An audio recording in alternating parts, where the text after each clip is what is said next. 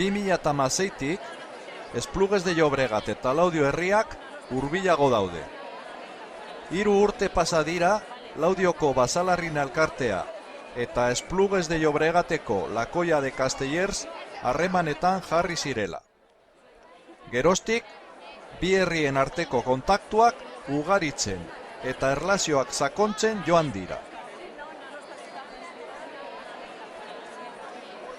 Aurten, Laudioko Sorginlarren eta Galtzagorriko erraldoi zein buru handiak, Lankaietako txistulariak eta Untxueta dantza taldea Esplugues de Llobregateko festetan izan ziren. Hilabete bat beranduago, hango Lakoia de Castellers gure jaietara etorri eta bere eraikin ikusgarriak osatu dituzte gure gozamenerako.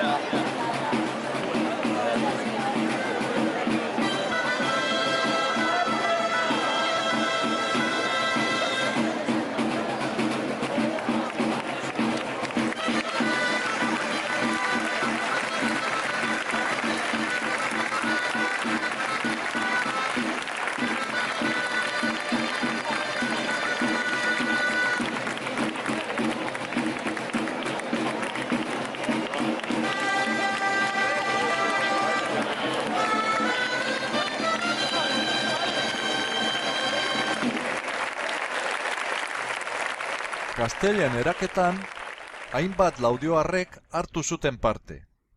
Ia guztiak, pina edo oinarria egiteko. Baina zinegotzi batzuk ere, ausartu ziren gorago igotzen. Eta bere lepoetan, hanzan eta jaso. Harremanak gora doaz.